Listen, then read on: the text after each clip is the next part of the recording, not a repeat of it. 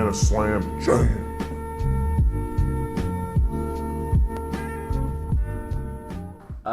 What's the deal, man? Why are you here? What's your MMR position, etc.? My name is Amir, and Hi. I play Pos 1. Rank, I'm currently 4.9. Okay. 4.9, yeah. And I've, around 3 months ago, I started playing Pos 1. Before that, I used to play 3 and 5 all the time. And I was basically around Ancient 1, 3.5 around that. And then I started playing Pos 1, I focused on it.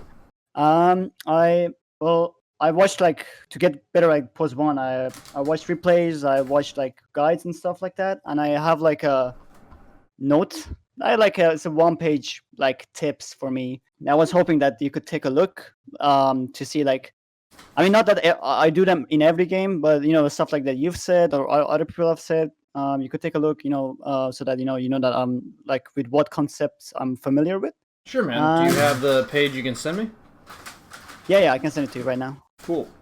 Okay, so I see tips on carry. It says, think about offlaner ability, what threatens you, and what your reaction would be. Immediately do that. Yep, that's definitely something I said. When laning phase is starting, think what happens if you aggro all the way to your range creep. Can you deny? Can you secure theirs if they walk up? If no, don't aggro all the way to your range. If you can't, okay. That's probably me too. Try stay the opposite side of where position 4 is to avoid getting harassed. Okay. Ask your position 5 to not let enemy pull timings. Yep. When 2 creeps are about to die, position yourself to hit both. Okay, there's more. I'd say for that one, it's either position yourself to hit both or make one of them die before the other. That's like a maybe little tidbit side note there.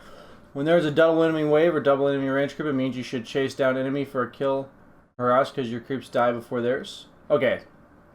So I think the important part about that one is that if you're stronger than them, right?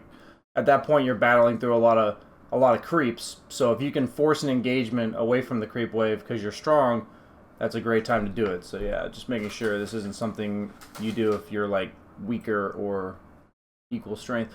You might get harassed though, so I'm not sure about this. Yeah, question, yeah. This is I'm stronger than them. So this is a way to exert strength. This is one of the ways. So maybe a little tidbit on that would be, I'm stronger than them. That's what I'm going to do. Okay, so only I'm stronger, right? Yeah, because if you're not stronger than them, fighting through more creeps and all that kind of stuff generally means you're just going to take bad trades and potentially feed randomly. Keep an eye on the respawn time, absolutely. When enemy creep, another thing you could add to that is and what hero is respawning. So, the difference between a support witch doctor respawning and an enemy quap or storm spirit respawning is quite significant there. Usually I consider it with how mobile or the chase potential of the hero that is respawning. When enemy creep is 2 hits from dying, attack the enemy and aggro the creep. Okay. So that's an aggressive move when they're looking to go for your creep. Drop the Quelling Blade when attacking full HP creeps or siege creeps when your damage is around 60. We can go in more detail about that if you want. For towers, we can go into detail for that if you'd like. Just let me know. Okay. Right. Always check other lanes to see how they are doing and what they have used. For example, if they've committed a TP and use a big CD, they can rotate to kill you, so you can push a lane more aggressive. Oh, they can't, I'm assuming. They can't. Yeah. That's really can't. If enemy is preventing you from farming and you get a kill, push as fast as you can and then go pull. Yeah, sweet. You don't have to pull, but pull's not. It depends on how early. If that's 4 or 5 minutes into the game, great. If it's 8 minutes, you don't necessarily have to pull. If they have a big ultimate, okay, after they use it, you can easily man up and force them out of lane. That's a great one to keep track of. Towers have 500 aggro range. If anyone comes in fight, they hit you and back to tower. Yeah, okay. I don't understand this one quite a bit. I was hoping you could explain it to me. Absolutely. Absolutely. I'll explain it to you. Just for the record, for anyone watching, and yourself included, these are things I've touched on in sessions. It's just hard to direct you to exact moments where I've touched on them, so I can, as quickly as possible, to not use your coaching session time I can talk about that real quick. Make sure it's clear to you before we move on. Okay, so I'm thinking real quick that I can talk about Quelling Blade and Tower CSing before we move to our actual replay. And think about where enemy are when you are shoving a lane. They're already in top. You rather shove mid or bot. Okay, yeah, absolutely. You want to smoke, have one person only push the mid lane. That's the one I talked about in my last coaching session, I think. I think 90% of these are yours. Yeah, you want to get smoked, wait. If you want to get smoked, wait on your triangle or don't go to enemy triangle when smoked. What do you mean by that one exactly? So I mean, like when we smoke, I don't want to go to the enemy triangle because we could lose a fight. But and also when I like in one game, I saw the enemy team smoke. I told everyone to go to our triangle and wait for them. Okay. Okay. Yeah, that's true, and I think I want to say that be careful about like don't go to enemy triangle. It's kind of like you have to be way stronger than them to invade their triangle. So like if you're up by 5k at 15 minutes or something, it's like perfectly fine to smoke into their triangle, right? Because you're just strong. But to know that like smoking on top of the enemy team's triangle is like a huge exertion of strength means like, you know, if the game's completely even, don't smoke into their triangle and look for a fight in that area. Okay. Go back to your safe lane. Yeah, okay. I'm just gonna make sure I don't spend too much time, but if I see something wrong with these, I will absolutely say something. Cool, yeah, just okay, absolutely. What does orange camps, green camps, red camps mean? I think it was a YouTube video about saying that like green caps are the safest one to farm. Like if I can, I rather farm the orange caps, the ones that are like mildly dangerous, so that someone else could farm it. You know, the green caps. You know. Yeah. Okay. I'm like that's definitely never something I've said, so that's interesting. Makes sense. Okay. True. More aggressive you can farm, the better. Yeah, this is more of a laning thing, but it also applies to team fights. This is more so applying to like anti-mages and shit. There's sometimes position 1 is supposed to go first and stuff. Always keep in mind to stack every time you start jungling. Okay. Yeah, absolutely. So this is just for everyone, like, if they have Ember, Quap, Puck, you know, you have to play differently in your own safe lane in 9 minutes than you do if their mid's a Medusa or an Alk. When you want to force objectives, an enemy team is avoiding... Okay. You don't want to show up to fights, avoid being in mid in your own safe lane. Yep. Yeah, but that sometimes doesn't work. Like I tried to apply that one. There was a game that like I didn't want to stay in my safe lane because it was like, but the enemy, like I left my safe lane, went to the enemy off lane so that I could farm safer. But they just crashed on me, like all of them, 4 of them. They were just chasing me around the map. Okay, so this one's a bit complicated, but you're 4.9k, so you're getting to the point where you can start recognizing exceptions. So this is a rule, not like I talk about rules and exceptions. This is something that applies a lot of the time, but not all the time. So. Basically, the thing I try to say is that the offlane tower is your objective. Your own safe lane tower is the opponent's objective. That's usually how Dota works. There's always a few exceptions, but that's the majority of the time. So if it's your hero's job to like pressure objectives or like put split push pressure on, then if you go top, that's like a great place for you to be just farming because the enemy team has to continuously defend against you. It doesn't really feel good for them, all that kind of stuff. But if you have like heroes on your team that naturally pressure objectives and they don't need you to do it, and you show up to that lane, you're naturally going to have like 2 teammates with you, and then the opponent's going to see 3 of you, and they're going to probably respond with 3 of them or something, which means that the main emphasis is thinking my own safe lane is to prevent the opponent from taking objectives, their safe lane is to get objectives. So if you're in a game where your team's like the heavy farming team, where you're like greedier lineup and your hero doesn't really pressure towers, like if you go to the part of the map to take objectives, it's usually to avoid the opponent that's already trying to take your objectives. But if they're not trying to take your objectives, then they're just going to see like, oh, there's a Spectre pushing my safe lane. Don't let them do that. You know, like I'm not going to let them do that. So I usually try to think like what team is on the like timer, you know, who's stronger right now and who's going to try to take objectives. And if it's them, I play away from my own safe lane. If it's us, I play towards their safe lane for fighting. Like that's where the fights are going to happen. Like if we're strong, it's going to happen in their safe lane, if it's and vice versa. So if I'm a carry, I try to avoid whichever one of those I think it is. So like depending, there are some like if I'm a carry Bristle or some crap, you know, I'm gonna make sure I am there. But if you're like an anti-mage and stuff, it's very important to think about that. That's something that's best shown in replays, though. Okay, so who is AFK? Yeah. Yes, that's good. Okay, absolutely. TPing the bot, bad. Yes. Yep, that's more so a dire thing. Offlane. Do you think like based on where the enemy and where the both what is it called? Well, the ancients are placed in the map, how you would react as like a farming post one? Like where would you position yourself? Because sometimes like if I'm I'd like to stay in my safe lane because I really want to farm ancients, but the enemy is pressuring my tower and they want to fight me. But like if like I still love to like the hero I picked like Terrorblade. I can take those ancients really quick. Do you think like I should like I don't know, is it worth it for me to stay in my safe lane? Well, at that point, I'm thinking to myself, what's like the capability of the opponent's heroes to pressure me? Like, if they show up, what is my response? Like, do I have to just simply walk away? Can we fight them? Do I have strong teammates to like counter gank and punish them? So it's like that. I'm just giving you factors that can summarize like whether or not I think the opponent can invade my farm. So if I think they can invade my farm, then I usually think, okay, where are they likely to invade? Just avoid that.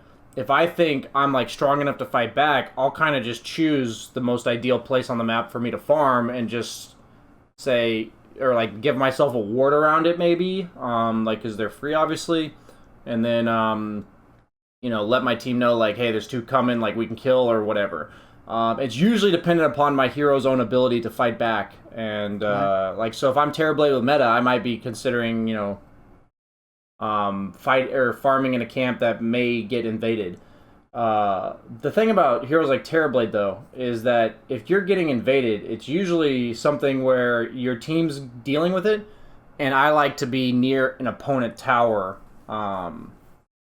to pressure it the second the opponent tries to make a move on my side of the map, because Terrorblade obviously can take towers quite fast. So it's obviously a complicated game, Dota is, but I think the main thing is if you're on your own side of the map, like if you're Radiant and you're farming Radiant Ancients, you have to realize that the only thing you're effectively accomplishing for your team, if anything, would be to defend your own safe lane tower. And if you're not doing that, you're effectively AFK farming. So like you're doing nothing. Like you're hitting creeps, great, but if you farm like the top half of the map, you're constantly putting pressure on the tower and you're constantly like maybe putting pressure on mid or something. But by staying bottom and farming ancients, the only thing you could possibly offer to your team is defending that safe lane. So that's right. The important thing for that I try to tell people is there are games where that is correct, meaning that to AFK farm for a few minutes is absolutely fine. Meaning you're either just too weak to do any of those other things, or your team's already doing them without your help. So the important thing that I try to emphasize is these jobs need to be done. There needs to be some equal amount of pressure on the map. And if your hero is capable of creating it and nobody else on your team is, it's like really bad for you to be AFK. Right. Go ahead. No, just saying all right. Okay, yeah. So, like, once again, I think of Radiant Ancients, if I'm Radiant, for instance, as, like, an ideal, right? Like, that's, if I don't have to do anything else, that's the dream. But as a carry, your job is to make sure you're farming, but it's to make sure you're doing something while farming, if possible. So, like, you're right in the sense that it's like, if I could, I'd love to farm my Ancients. You know, why doesn't BSJ just tell me to farm my Ancients? And, like, if it's like, so that it's something where in a game I could tell you, like, yeah, this is a great game to farm your Ancients, or like, this is a bad game, and I'd try to tell you why. Okay, so after fight, so we need to go to the next camp. Okay, I'm assuming go to the next wave, or what does this mean exactly? A camp and wave, both. Okay, gotcha. Check your teammates' items, yes, if you want to initiate. Yeah, this is an important one, but it's hard to get in this habit for sure. Yeah. Look at your items, and based on that, who... Oh, that would be hero tips. We don't have to go through that. Okay, cool.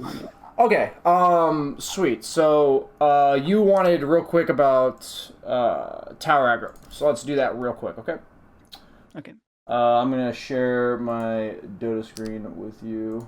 Okay, so we're gonna go into a quick demo lobby just to show you this here. So, towers have 700 range. So if you push Alt, obviously you can see the tower range. Yeah. So, on top of that, towers have 500 aggro range. So what that means is that for creeps, for instance, it's 500 as well. So if you want to go into a private lobby in console, is it like show radius? How do I do that? I actually haven't done this in a while.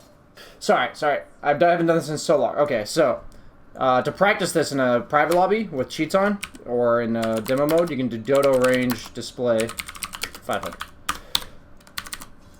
So like for creep aggro, right? Obviously, it's the same thing. So let's just summon an enemy. If the creep's within 500 range of me and I click an enemy, the creeps are gonna aggro me. If that creep doesn't, these two do. Same thing again. They aggro me. Yes. If I walk within 500 range of this one, he's gonna aggro me too. Well, that time around his ally died, but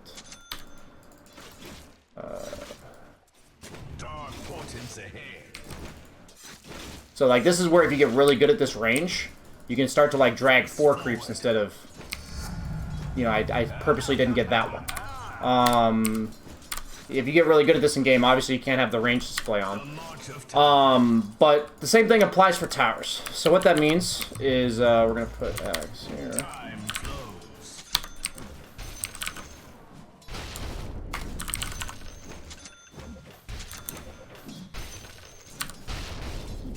Give me a second here.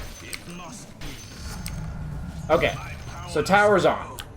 If I walk within here and A-click the axe, this tower's not going to start hitting me. Because I'm within the 700 attack range of it. But I'm not within the 500 aggro range. So I can A-click this axe and I'm not going to get aggroed by the tower. But the minute I walk... One second here. I walk here... Okay, it's not as good because there's creeps dead. Let's do this here. The minute I walk within 500 range of the tower and A-click the axe, I get aggro. Well, that's my... Every time I'm under tower, I'm getting targeted by that tower. Yeah, so what important thing is that if there are a bunch of units within the tower range, so let's just create hero, lich, create hero, lich, give them some hearts.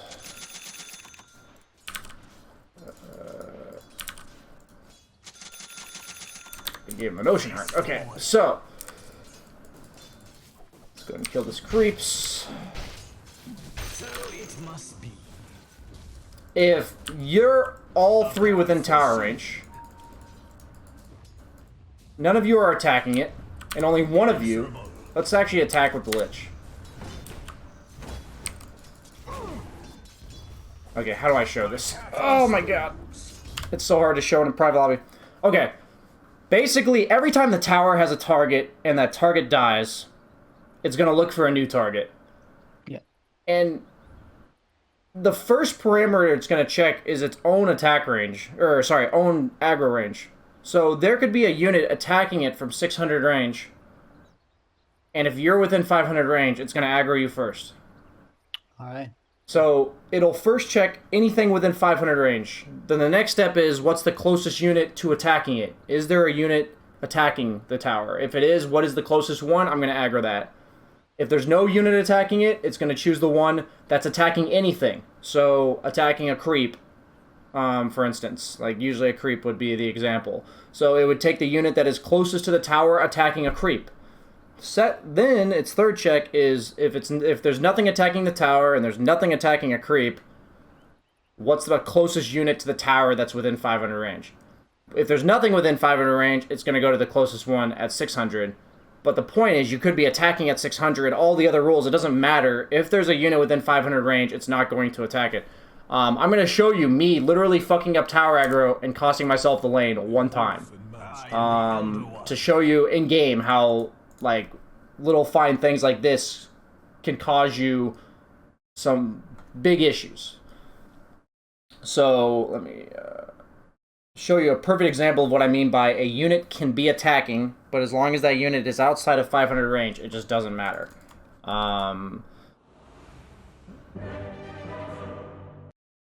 Let's see. I literally lost my lane because of one tower aggro fuck up that I thought I was playing correctly. Yeah, right here. Okay, so right here, I walk in a tower range and I'm like, yeah, my range creep's attacking. Cool. It's attacking. But this range creep, it's outside of the 500 range. So guess what? The tower aggro's me instead of that range creep. Even though I'm not attacking. So I just end up getting hit by tower and dying. I'm like thinking the range creep can aggro tower. That thing must be at like 501 range. it has to be like, it has to be so freaking close. But the point is that it'll check first for who's attacking, but it has to be within range. So you can actually issue attack commands where globally all towers and creeps have a 500 aggro range, and they have a 3-second aggro cooldown. I've talked about this before. I'll just show you what I mean real quick, in case you've never used this. It applies to towers too. I'll show you on the tower as well. Come on. Okay. So if I A-click outside of the tower range, sorry, outside of the aggro range. If I A-click outside of aggro range, I have 3 seconds before these creeps aggro me again. Now they'll aggro me again. So I can do it again. Yeah, that's my biggest problem in lane. Like sometimes, like, why the fucking creeps aren't aggroing? Yeah. So if you A-clicked an enemy and then within the next 3 seconds try to do it again, these aren't gonna aggro me. See that? How it took them like that extra 2 seconds to aggro me after I tried? So there's a 3-second global cooldown for if you issue an attack command on anything, or any hero, all towers and creeps will go on a 3-second cooldown. So it's the same thing with towers. So if I'm outside of that 500 range, I can A-click the axe, and then I can go A-click him again. God. Like, in that case, the tower had a target die, so I actually got aggroed anyway. I can show you again here. And then I can walk in. Now it aggroes me, because it's been 3 seconds. It's easier to show you if I have boots, or I can even blink on top of them. Let's do that, actually. That'll be an easier way to show you. So I'll A-click the axe, and then time walk in. Now it aggroes me. See? Like, how long that took for that tower to aggro me? So that's, like, a perfect example of, like, if you're this, like, elusive hero, you can walk around this, you can learn to kite this 200 range where you're within the tower range, but you're not within, you know, the aggro range. And you can start A-clicking enemies underneath their own towers. So it's something to very important to understand if you're ever looking to dive with catapult waves. Like what you'll see a lot of high-level players do. I guess I'll pull up one last example before we move on. Sorry, I just realized. What you'll see a lot of high-level players do. I'm not going to actually show you the effect of it. I'm just going to tell you what they do to save you some time here. Is that they will like A-click the enemy from here, like right here, not draw tower aggro, right? And then they'll walk up, hit the guy twice, and say the guy's retreating, like say the guy's running this way. They'll run to like the other 200 range, like right here, and then A-click them again, right? So then they have like an extra 3 seconds when they're over here to attack them again. So you'll see really good players that are diving towers, they'll kind of like be kiting that 200 range of the tower to issue another A-click. And it's like it's really important actually for like pushing the limits of tower diving. So the last thing I'll show you is the underneath your own tower. Let me oh, I thought it would restart it. So we're gonna get underneath your own tower here. The quick maths. Every player has a bit different of doing it. But the thing about dropping your Quelling Blade when you have less than 60, or about 60. So creeps have 550 health. Towers do an average of 110. With the armor of creeps, it's now an average of 100. Okay, of melee creeps. So Now the tower does 100 damage. So once we get this into our own tower range, we have to look at our enemy creep and say, okay, 193? I would have had to hit that once at 193 because I do 60 damage and this creep has 193 and the tower is going to hit it down to 93. So I have to hit that creep. Okay? Like, I have to hit it once, let the tower hit it, and then I have to hit it again. Right? So that's the first thing. I'll show you again. Like, I'll show you another example here. Just gonna get this out of here. I have to get it underneath my tower, obviously. Yes.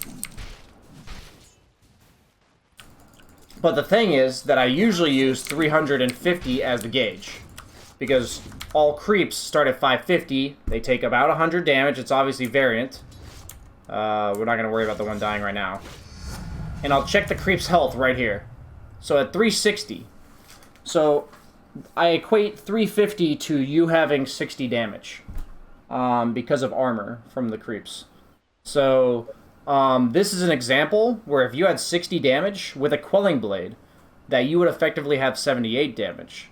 And if I told you that 78 damage, and if you're counting in armor, you're doing about 62 damage. Like, you're gonna, when I say about, I'm saying, like, you're doing, like, 66, but it's close enough to 62 where you could miss this creep to tower variance. Like, you could miss it if you were like, okay, I don't need to hit it because I do enough damage, and what if the tower just low rolls on the next 2 or 3 attacks?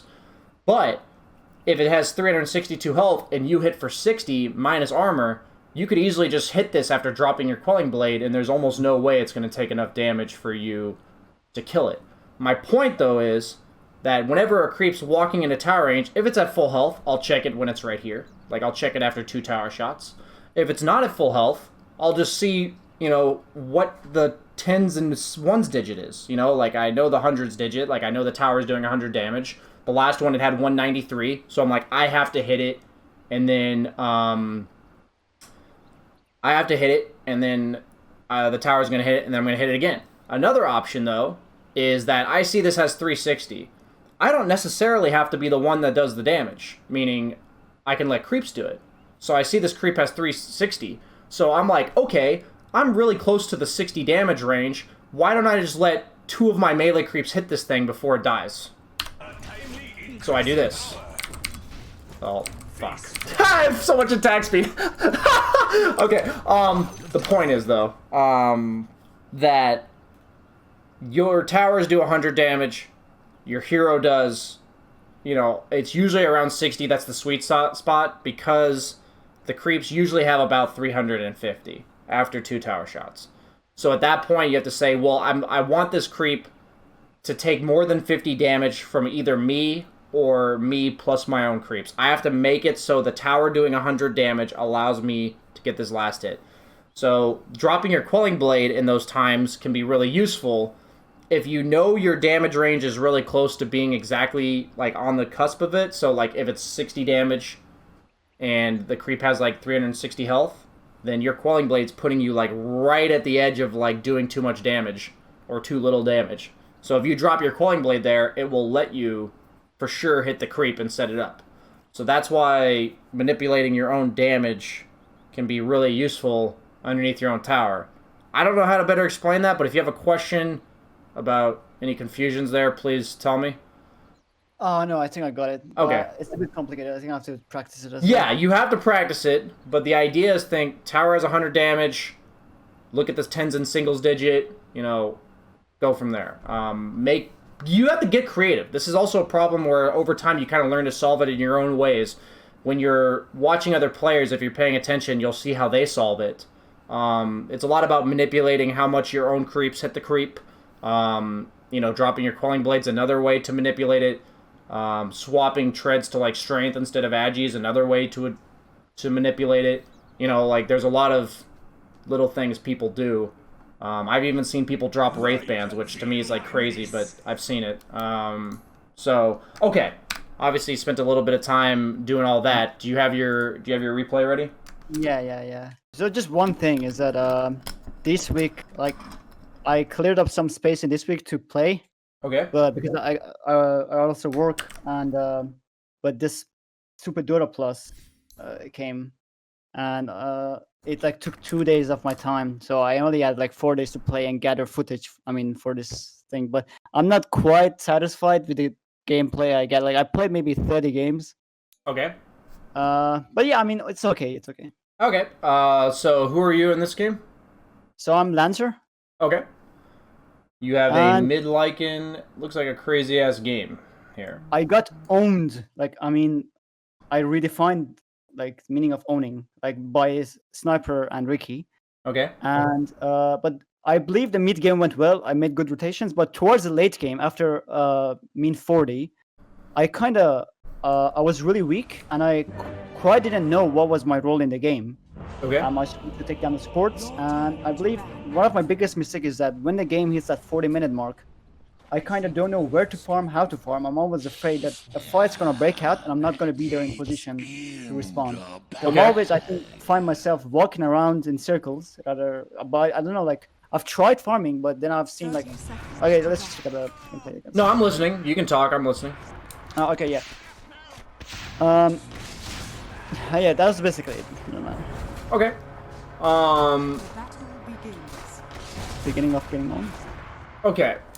So I think setting yourself going up into the lane, or setting yourself up going into the lane, is really important. I have lost many a lane by doing this dumbass shit you just did at the rune. I have lost many a lane. Okay. A lot of heroes, either support or core, their determinant of their own strength is based on their ally. So what I mean by that is, if you're a Grimstroke, you might be pretty good at contesting the rune, but if you have like a Morphling carry, Grimstroke isn't very good at contesting the rune, because Grimstroke wants a hero that runs in front, maybe sets up the Inkswell, maybe sets up his Stroke of Fate, whatever. But if he has like a Morphling type carry or a Drow type carry, Grimstroke not so great at contesting the rune. On the other hand, Lancer, like his mana's pretty precious. He only gets 3 lances if he's gonna level that ability, and it only does 100 damage. You know, if you look at certain nukes, some of them are like, you know, 120 damage for like 80 mana or something. Yours is 110 mana for 100 damage, and it just isn't very good.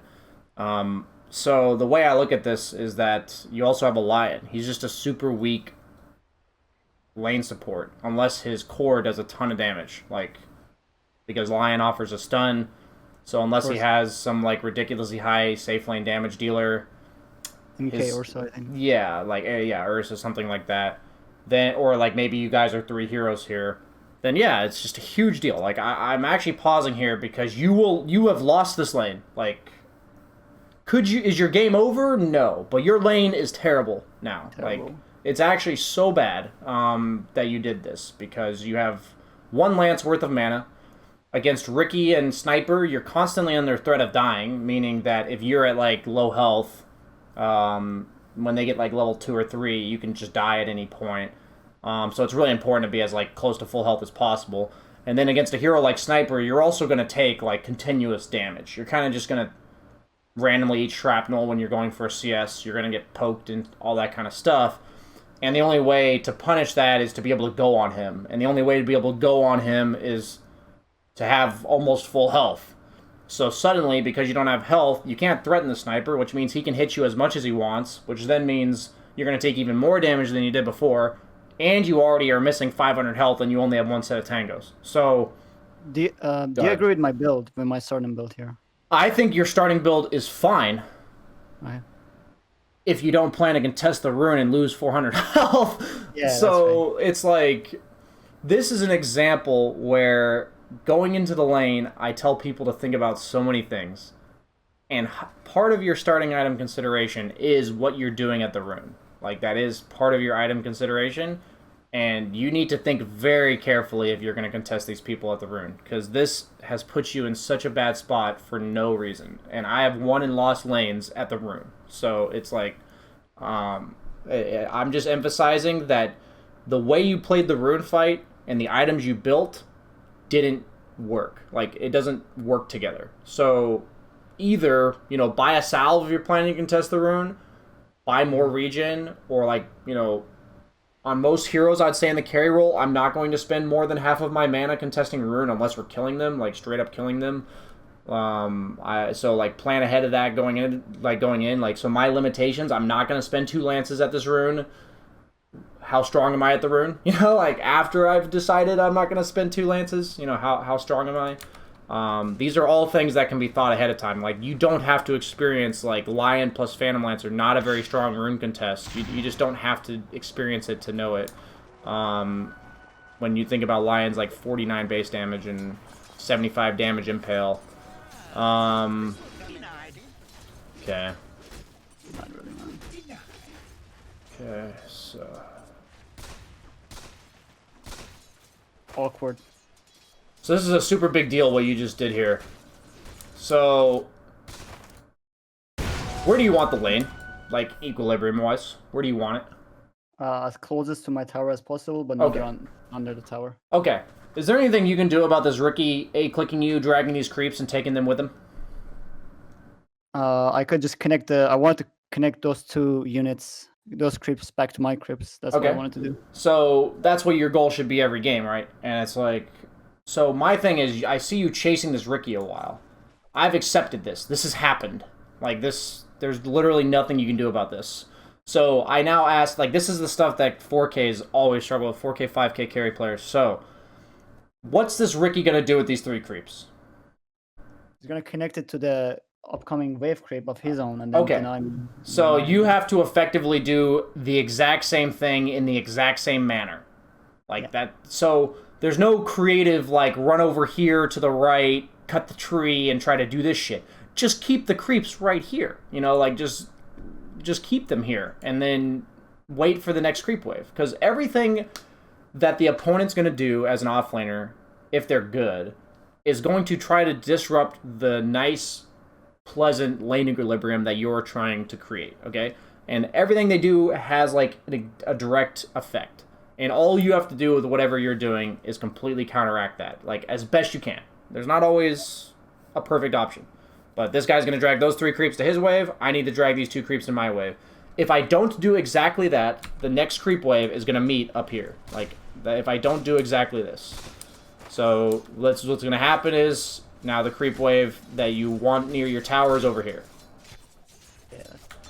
That's a pretty big mistake, if you ask me. Because you're going to take... I'd estimate somewhere around, like, 3 to 4 right clicks from Sniper extra because of that. You also had to spend a lance to get a CS. Okay. So. Is the lane pushing into you right now? No. I'll ask you again when I get to this point. Is the lane pushing into you right now?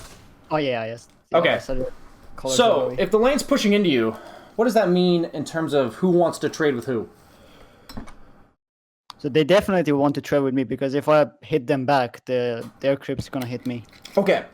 So, there's creeps that we like to call not worth, okay? So, you right now... Taking one of those. Like, you are taking one of them. Yeah. But first and foremost, let's talk about this. So, if you make a mistake... which happens, everyone does it, that messes up the lane equilibrium. What, in your mind, should be your mentality now? If you did something that messes up the lane equilibrium? Try to reset? Yeah, what can we do to fix it? Like, I will miss 1 or 2 CS over, like, dealing with some shitty lane equilibrium. Like, just give up that 1 creep wave and try to... maybe what I usually do is that I might give up that 1 wave creep and then start blocking or asking my support to pull, so I could fix that. Do you have anything else right now that you could think of that may help? If you don't, I'll just tell you.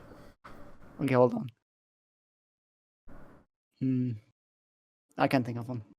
Just walk right here, A-click the sniper, and do exactly what Ricky did to you up here. Oh, aggro the creeps away? Aggro these creeps and make them chase you all the way to here. And guess what? These 4 creeps will now meet this creep wave right here. You can see this high-level players do this shit, like, twice a lane. They'll do it, like, all the time when the lane's this high up. Like, it's an automatic way to be like, I'll give up this range creep to put these 4 melee creeps right here. And then suddenly the lane's here instead of here. It's exactly what Ricky did to you, isn't it? Like right here. I think so. I did. So it's the exact opposite. This is you doing it. So, but if you notice, did Ricky get the range creep right here in the first wave? He gave it to you, right? Yeah. That's exactly what you're gonna do right here, right? Like it's just you have to, because for him, hasn't it been a net positive to give up that one range creep and get the lane to be here? Yeah. That's been a net positive, right? So it's like I try to reinstate the equilibrium I want more than anything, and that's all that matters to me. If you can get these extra few CS in the meantime, great. Like if you can pull that off, great. But your first and foremost importance has to be putting the lane back where you want it. Otherwise, all of your trades are going to be inefficient. Like they're going to hurt. Like they're going to get like all your mana usage is going to be inefficient. And then if that carries on for like 2-3 minutes, you're dead or you're out of lane jungling at level 4. You know, whatever. Like that's the kind of shit that it results in, because it's just like attrition over time. So now because you didn't do that, instead of the lane being back here, obviously the lane's going to be where it was before. Your lion, instead of comfortably sitting underneath this tower, is getting harassed on the right. If you're a support player in chat, why the fuck are you guys content with this? You know, you see the lane this far out, and you're seeing this lion's experience. You know, you're like, wow, he walks up, and he gets right-clicked by Sniper and Shrapnel, and then Ricky right-clicks him twice, and he's taken 4 times as much damage as he's dished out. Why are you sitting here trading with them? Why are you okay with that? Go fucking pull. So, but on your point, you should tell him to do that if possible. If they don't listen, so be it, right? But it's just as important for support players to recognize this situation as it is for core players. So, like, I'm showing you, like, the lane's out here, it's going to be bad, and now I'm trying to explain to you and everyone else exactly why this is bad, right? Like, so why are we caring about fixing it? The minute you took damage at the rune, I would have queued out tangos immediately. Like, you always have to be dynamically adjusting to whatever problems are presented to you. If you like, why did you wait till 2 minutes and 15 seconds where you have no tangos? You know, did you really need to run out of tangos to realize you need tangos, right? So when it comes to itemization, foresight, super important. Like, you know, based on what's going to happen, based on what just happened, meaning in your case, like you took a shit ton of damage at the rune. The minute that happens, I'm like, okay, something went wrong. What do I do to fix it? So like in the lane equilibrium, I told you, you know, I have to get this shit back to where I want it as quickly as possible. When it comes to like health and mana and shit, or items, like I have to get this back to the way I want it as soon as possible. And all of this is like, all I can tell you is it's not acceptable to not do it. It's just that every game you're going to have to get creative or whatever to figure out, you know, what's the best method of doing it this game. But like, obviously when you took a ton of damage at the rune, you're basically going to use all 3 of your tangos to get back to full health, which at that point you have no regen, which at that point you're going to need more tangos. So you don't want this window of having no tangos. I definitely would have eaten that branch, but you know, that's just a small side note here. So because the lane is ass, now they're like, in terms of lane equilibrium, you know, now the lane's pushing into your tower. Say that again? It's gonna get worse now. Yeah, they're gonna dive you because they're also gonna have a level advantage, and you're also very low because you have no tangos preemptively. Notice how often Sniper's allowed to right-click you when you're low health and they have creeps. Yeah, I told you they're gonna dive you, and yeah. Yep, very standard stuff. That's why it's even more important that you do the creep aggro trick back there. So, when the lane's here, say no heroes attack each other, okay? Is the lane gonna start pushing towards your tower or start pushing towards their tower? If there's 4 creeps of yours here and 4 creeps of theirs here, what's gonna happen? I actually don't know. I don't know. This is something I mention a lot, and for whatever reason, just nobody thinks about it. So just nobody thinks about it. So the 2 creep waves, where do they naturally meet? Like if nobody influences the game. Close to the dire tower. Right here, right? Yeah. So if there's 4 creeps here on both sides, and no heroes attack them. So maybe let's also assume like the only times they're getting attacked is when they're like low, so it's like a CS that's effectively not really attacking them very much. what happens is, most of the time, the creep waves don't fully die in the 30 seconds that between one creep wave to the next. So what happens is, what mainly influences where the lane is pushed is the next creep wave. Because if you both have 2 creeps left in the wave, and their creep wave shows up with 4 creeps, and your wave isn't there yet, suddenly they have 6 on 2 creeps for 3-4 seconds. But that's enough to push it, right? Like that's going to push the wave. Yeah. So what happens is, if the lane stays out here long enough, what's going to happen?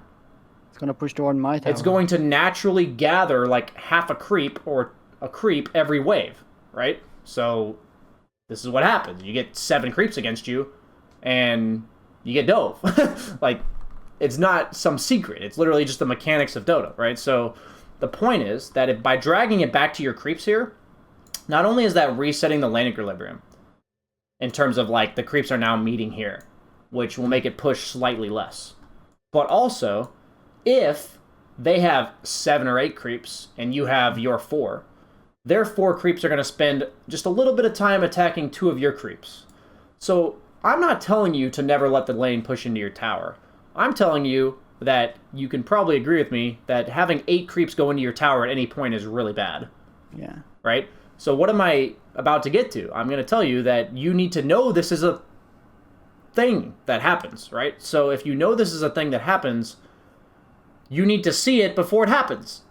Like, meaning that the threat of it happening is there. So you need to see it ahead of time. So when you drag these 4 creeps to your own, like where I told you to do it, and you think, oh, wow, they have 7 creeps and I only have 4, what could you do?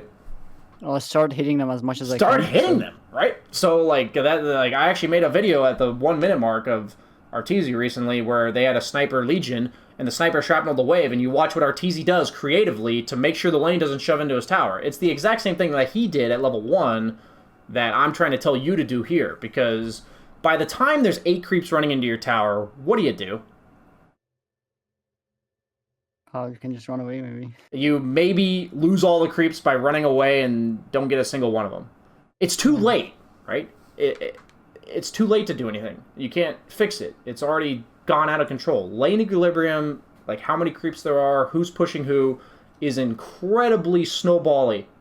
Like, very, very snowbally. It's like if the lane's near your tower and the first creep wave, you attack the enemy creeps twice, what do you think it's going to look like 3 creep waves from now?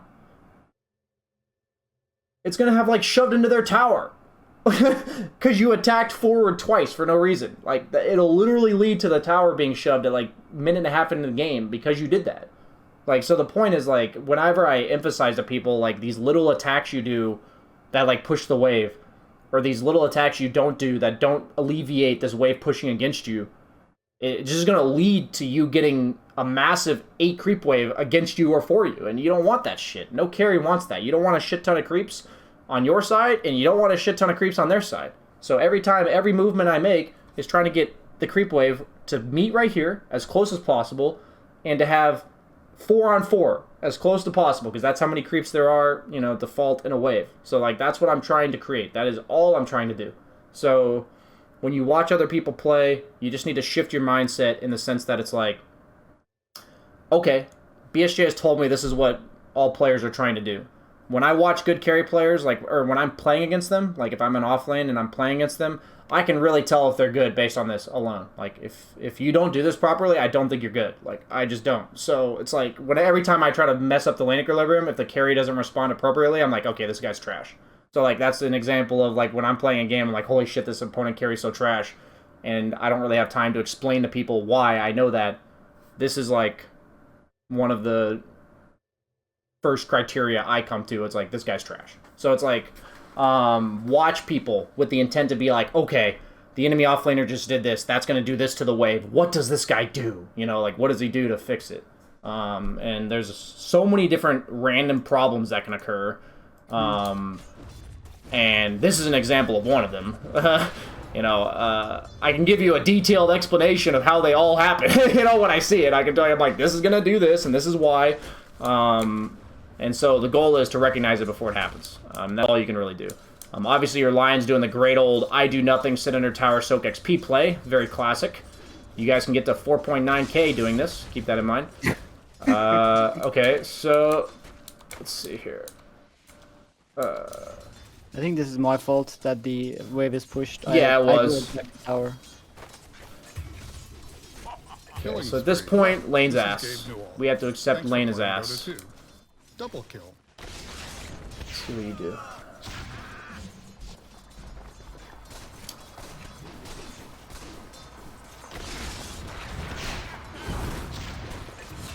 Okay, simply put, this is not ideal. Okay, let me do this real quick. Simply put, this is not ideal. Can you fight them when the lane's this far forward? When the lane was even, could you fight them? Well, it depends, but in this scenario, I think if I haven't pressured the sniper, like after getting an easy kill on Lion, they would have just turned on me because he was full HP. Okay. That's why I attacked him. So my point, what I'm saying is that level 1, did you feel comfortable contesting these guys outside, like this far out? No. No. And that was when the lane was even, right? And you didn't feel comfortable contesting them this far out? Should you feel comfortable contesting them this far out after they've double killed you? No, but I believe I'm out of position. Yeah, that's right. That's right. No. So I'm asking you, can you contest these guys when the lane's this far forward? No, I can't. So what's your only solution? I'll try to keep the lane equilibrium. Okay. So then... either. Okay, so first off, you can go back to your one where you said I dragged aggro underneath tower. Right here. So yes, this is a big mistake in and of itself because it pushes the wave. Okay? Like that is something. But what did I tell you earlier that you were supposed to do to fix the lane equilibrium? You were supposed to drag creeps away, right? And in return, what did that do to you? Was that like an efficient move for you? Like, did you gain creeps by doing that? Right here? No, earlier, when the lane was out here, and I told you to drag creeps away. During that time, you effectively gave up a range creep, did you not? If you had done that, you would have given up a range creep. Yeah. So what did I tell you? Basically, the message is, the lane equilibrium is all that fucking matters. It's all that matters. If it's not good, nothing else matters. You have to fix it. You have to fix it. Like, there is no other option. So, when the lane's that far out and you have 6 creeps and they have 4, can you fix it by dragging the creeps back? Why or why not? So we have 6 creeps, they have 4? Yeah, I'll fast forward real quick. I'm not saying this like some arbitrary scenario. This is literally what it is. Right here. Can I fix this by dragging these creeps back? Oh, well, when I drag it, it's going to push even more. Okay, so does it fix the lane equilibrium? No, it's going to make it worse. So what's supposed to happen right now? What is your only option to fix it?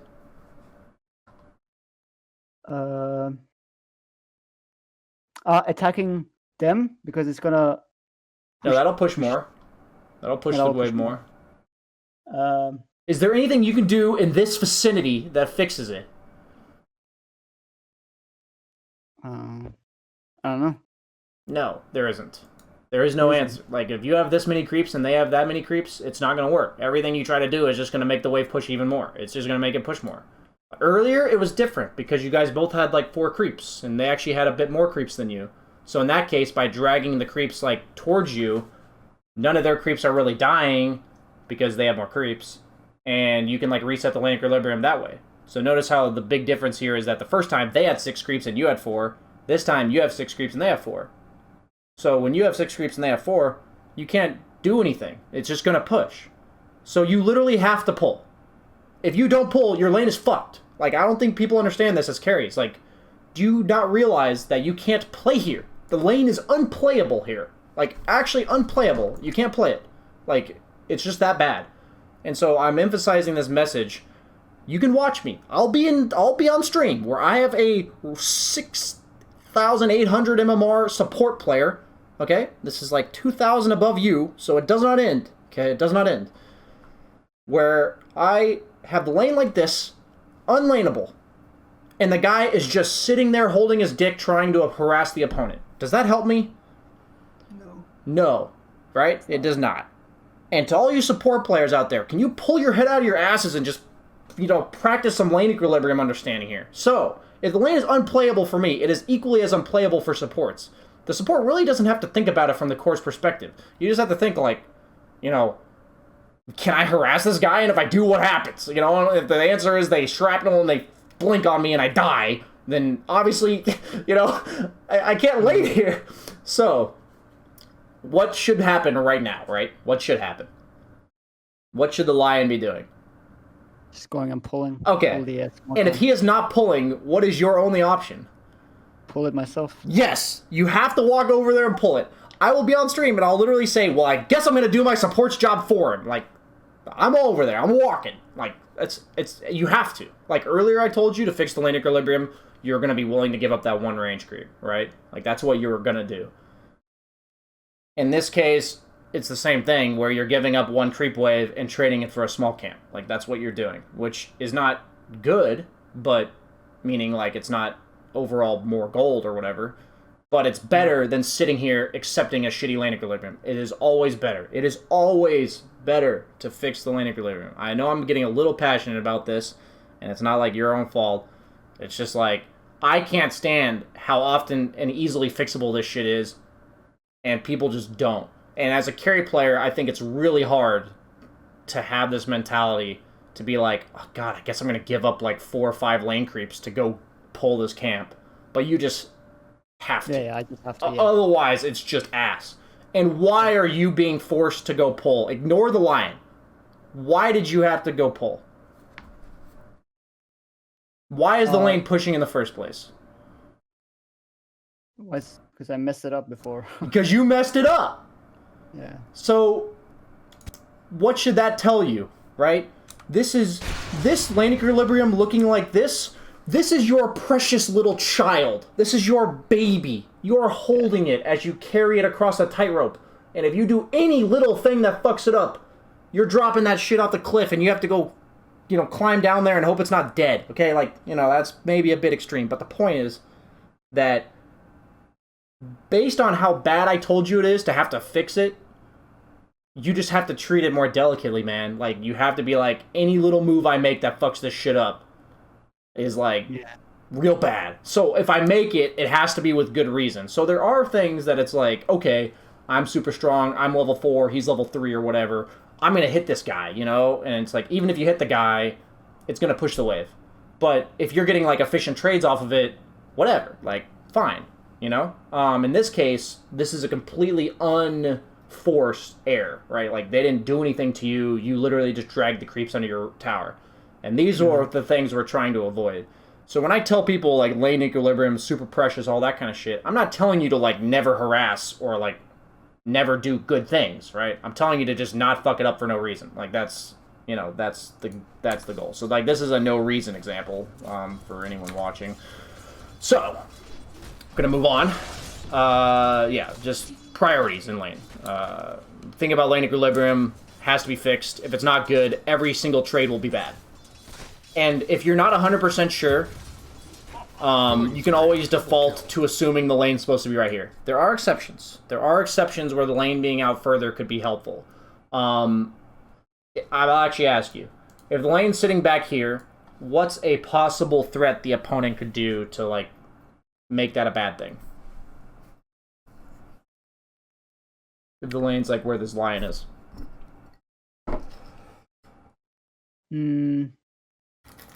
I know, one thing I don't like about the lane being there is that maybe some post force can harass me really easily through the jungle, or maybe dive under the tower.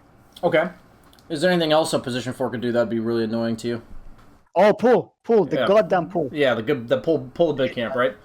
So if I'm super strong, what I mean by super strong is that I don't care if the lane's right here or it's right here. What would I prefer?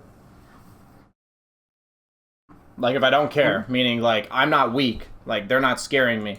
So if I'm not weak, would I prefer the lane to be right here or would I prefer it right here? Maybe a bit further. Why? Because then you can prevent them from pulling. Yeah, I can right? prevent them from pulling. So you can literally lane normally and prevent them from pulling at the same time. You can't do that when the lane's right here.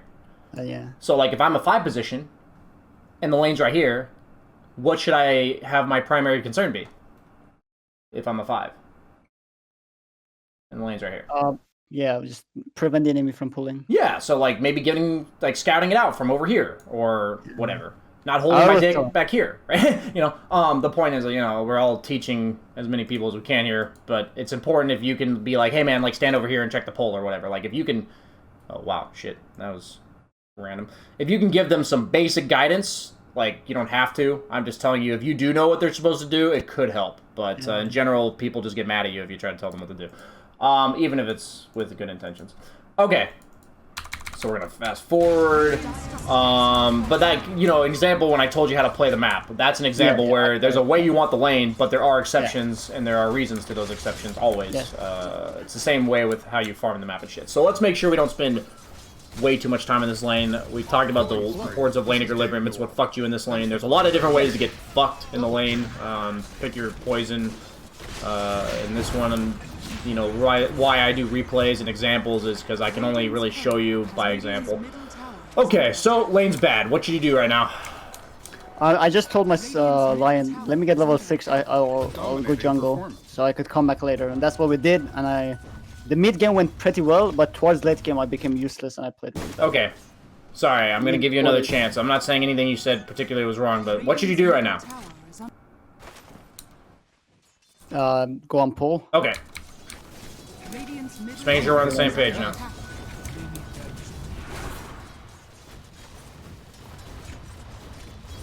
I told my support to pull and they pulled. Yeah, but now you're so far behind that you can't even walk up in lane anymore. Yeah. Notice how, like, he pulled, but wouldn't you rather just be you pulling? At this point? Like, you know what I mean? Like, you're so... The only time I want my support to pull is when I'm strong enough to lane, and I want to lane, and I don't want to, like, be anywhere else. There's actually times where my support's in my lane, and I've told them to just go take the lane. Like, where you're effectively soaking XP because the lane's so far forward, and, if you're effectively soaking XP, wouldn't you rather just be farming the creep wave, or creep camp while your support does that? Do you know what I mean? Yeah, so that's an example where, like, I actually would have preferred me pulling there. Because if you look at yourself in the lane, you were missing, like, 3 out of 4 CS, because it's, like, all underneath their tower, and they're scary. So why do you die here? Because you continue to contest the lane when it was outside of your lane equilibrium. So what happened? You took 500 damage randomly, because you can't do anything about it, like, other than the fact that you're there. Like, you have to avoid being there in the first place. And then you took 500 damage, and now you're dead. You're not dead because of any other reason that you were up in the lane contesting it. Like, there's just... You can't. So, this is all experience-based, right? It's understandable that if you're newer to carry, or, like, people in the 4 to 5 KMMR who haven't really thought about lanes like this, that you don't know your limits, you don't know exactly what you're looking for. But in general, it's actually pretty straightforward. Like, you almost always want the lane here, except for a few exceptions. And learning those exceptions is important. If the lane's not there, fix it. If you can't fix it, fuck. You know, like, you're probably screwed. Like, games where I'm like, this lane's literally unplayable. It's lanes where, like, my support's so useless or whatever that the lane's bad and I can't fix it. Or, like, because the other support's just walking over and stopping me or whatever. But if a lane is played remotely decently, that is just never the case. Like, it just is not. So, it's either, like, a massive fuck-up by you or a massive fuck-up by your support. Okay, so Ricky's 6, this is ass. Okay, yeah. At this point in the game, I try to aggro creeps if possible underneath my tower. Why would I do that? Why would I try to aggro creeps right now underneath my tower? My creeps are not gonna take damage from his creeps, so he's gonna get some damage from it. My point is that if he's strong and you're not, and the lane pushes into your tower, what does he do? Oh, he's gonna dive me. Okay, so why am I wanting you to aggro creeps underneath your tower in that case? He's gonna push the lane. You don't want the lane pushed into your tower, bro. Like, you don't want it. And if you had dragged those creeps into your tower, guess what? These 2 melee creeps are dead while he's attempting to do this, right? Yeah. So this is prevented. Sure. So these are all cases where I'm like, do I want the lane pushed? Do I want it underneath my tower? If it goes underneath my tower, what's the opponent gonna do? You know, like, like when I ask you all the things that can go wrong, like you took in your notes, this is one of them. It's like when the other guy's way stronger than me, I'm doing whatever I can to prevent any creeps coming underneath my tower with him able to dive me. So usually it requires you to aggro creeps underneath your own tower while your own creeps are still alive, because he's dealing with those, right? He's killing those, and your tower's killing his. Because I say to people, the number one indicator of strength at any point in the game is who's pushing the lane. If they're pushing the lane, they're stronger. If you're pushing the lane, you're stronger. If that does not reflect who is stronger, the person who is behind or ahead is being a dumbass. One of them is being a dumbass. So what I mean by this is if you're behind and you're pushing the lane, what does that make you? A dumbass. If he's ahead and he's not pushing the lane, what does that make him? A dumbass. Okay, yeah. Cool. Like, you know, let's just understand. Like, if pushing the lane means strength at about 7-8 minutes into the game, like, this is something that starts applying really at, like, 7-8 minutes into the game. But if that's what it means to be strong, which it is, if the person that's behind or ahead isn't making it look like that for them, then shit, you know? Okay, so, this Ricky's doing the right thing. He's doing a good job pressuring you. That was a really good play, yeah, he did a solid job. Luckily, he overextended. Yeah. You guys got a nice rotation from your Zeus, so that was fortunate. Yeah, from here on, the game goes really well for us, except for this one. I was busy talking, but I just look at the map. You know, as a carry, you just see nothing. So, at this point, you have two choices to either go hit that small camp again. Why would the enemy team be here? Because they've seen heroes in top, and naturally what they do is that they rotate towards... Let's just look at Dota objectively. Dota explains itself every time. Let's just look at the clock and look at what's happening in the game. Why would the opponent be here? It's their first objective. Let's look at the clock. Oh, the bounty. Okay, so odds are, if they're missing, what are the two locations on the map they're going to be? One of them. One of the two that they're going to be at. Yeah, the top bounty. Or the outpost. Or the bottom bounty. Yeah, bottom bounty, yeah. That's well. And you have a ward that sees the bottom bounty. So where are they? You know what I mean? So it's like this is, I'm trying to teach, like it's actually basic map awareness, but I didn't start gaining map awareness until much later than 4.9k MMR. So I'm insulting you in a basic way, but it's not something that I actually expect you to know. So this is the kind of stuff you have to start thinking about. Every time a kill happens, every time people are missing, like these are significant points in the game where it's like, what would they be doing? And there's times where I Papega too, like where I'll just like be like, yeah, I'm good to go here, and it's like, oh yeah, I guess it's obvious they were here for this reason.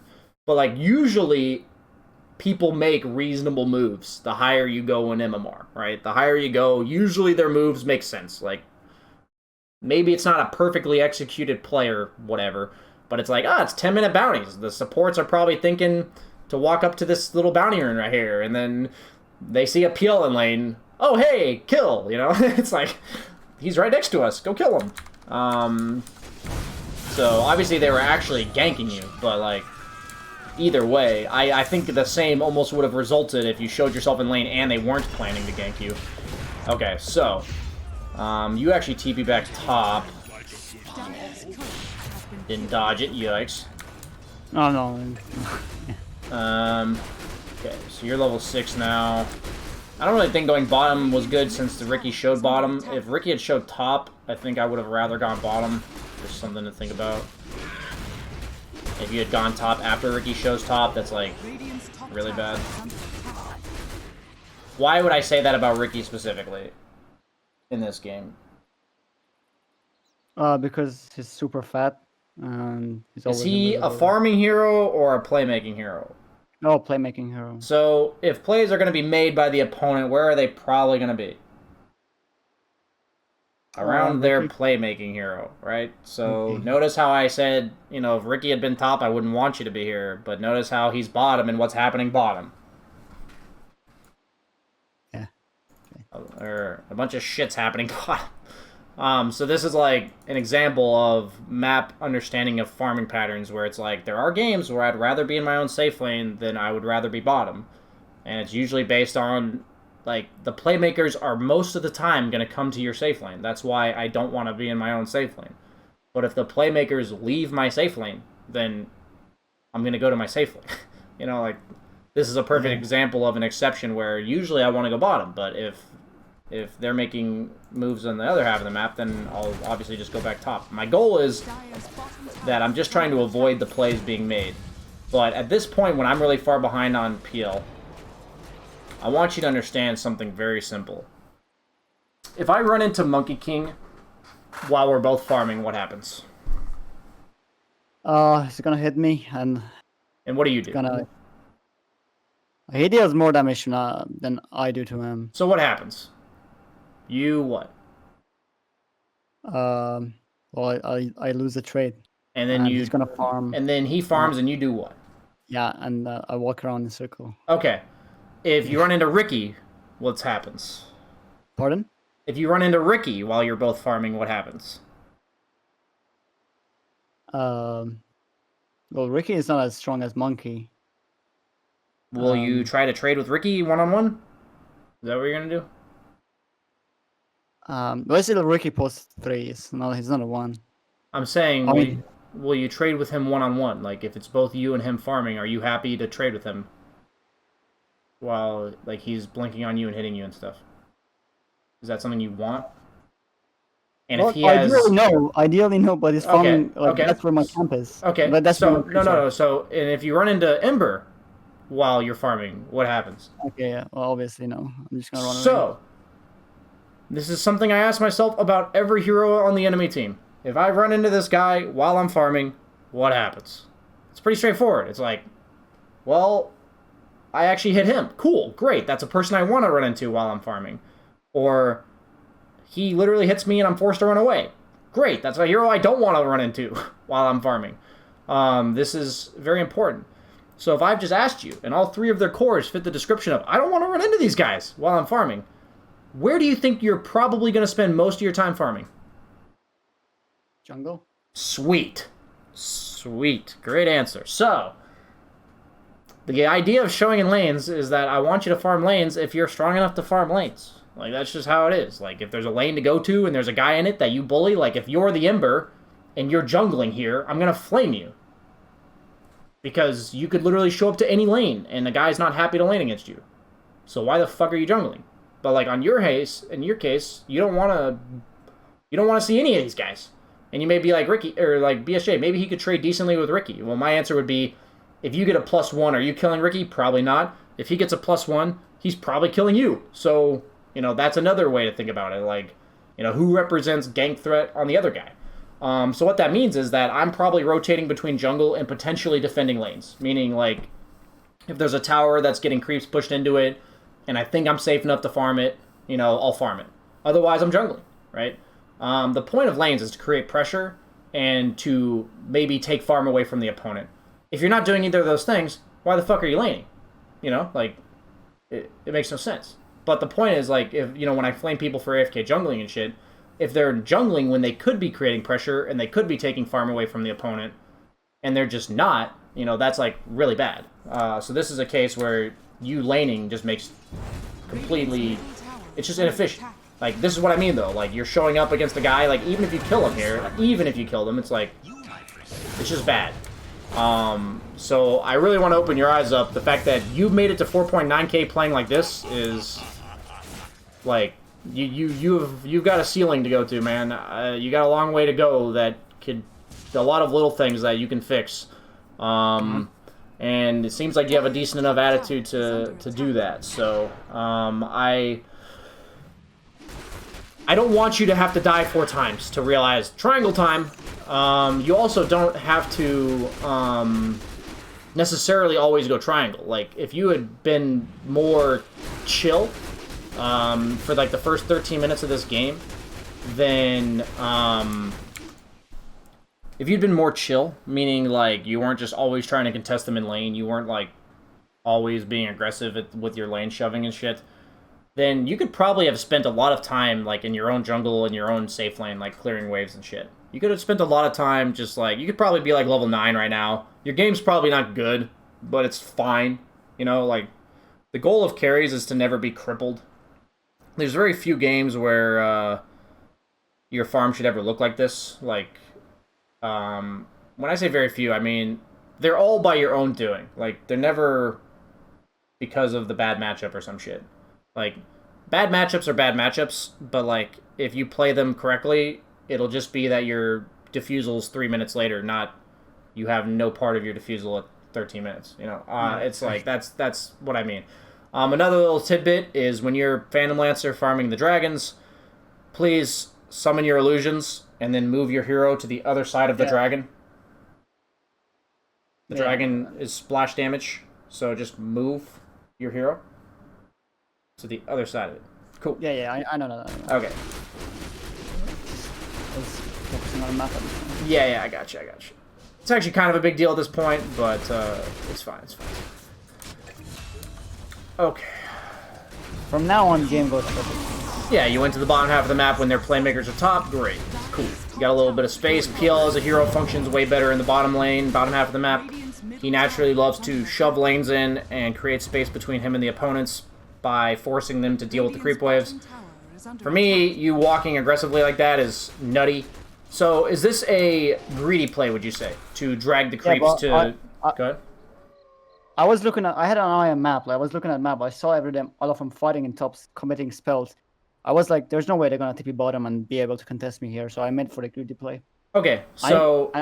my question is, if an Ember walked to you, what do you and Slardar do about it? If Ember just TPs in and walks at you? Yeah, nothing we could do. Nothing. And what's going to happen if they start respawning with Sniper and Ember's just walking at you?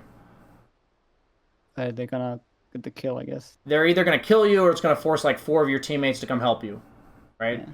So I don't give a shit that they're missing, like, or that they're not here. If they show up here, you could actually just die.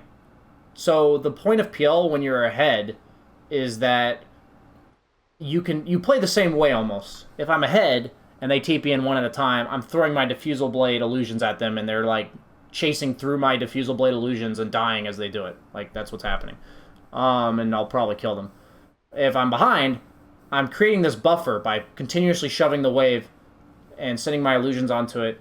And if they try to fight it, if they try to catch me, they have to run through my illusions, which gave me the information, which then allowed me to just walk away. Okay? If I create a situation where I can't do that, I'm just asking them to come fuck with me. Like, that's all I'm doing. I'm just saying, hey, come fuck with me.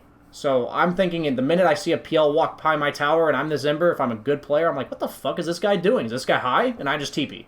Like, that's what I would do. But the reason why most Embers would not TP is that they see me, like, shoving the lane into the tower and backing off to farm jungle and then continuously shoving the lane again and backing off.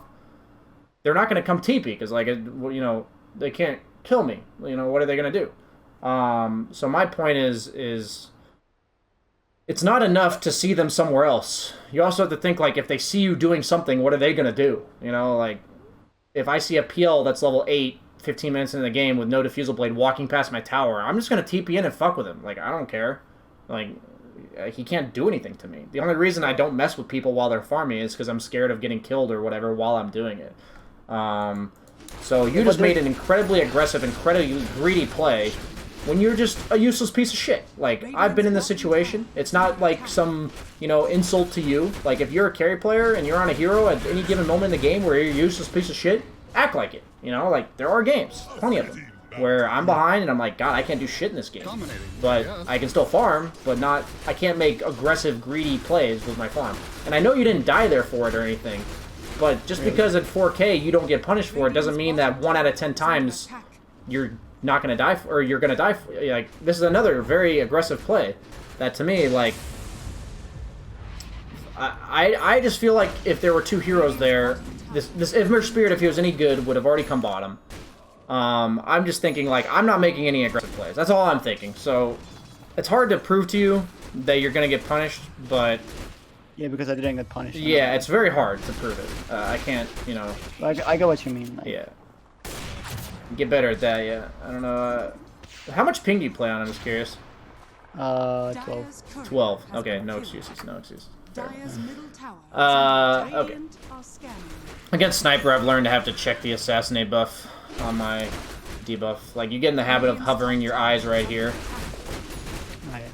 We still don't have a jungle item. May have been that you don't have one yet because it's 17 minutes, but...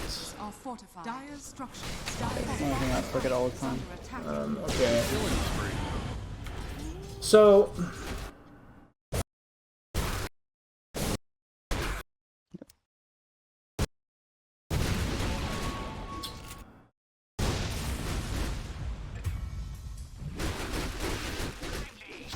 Look at the map.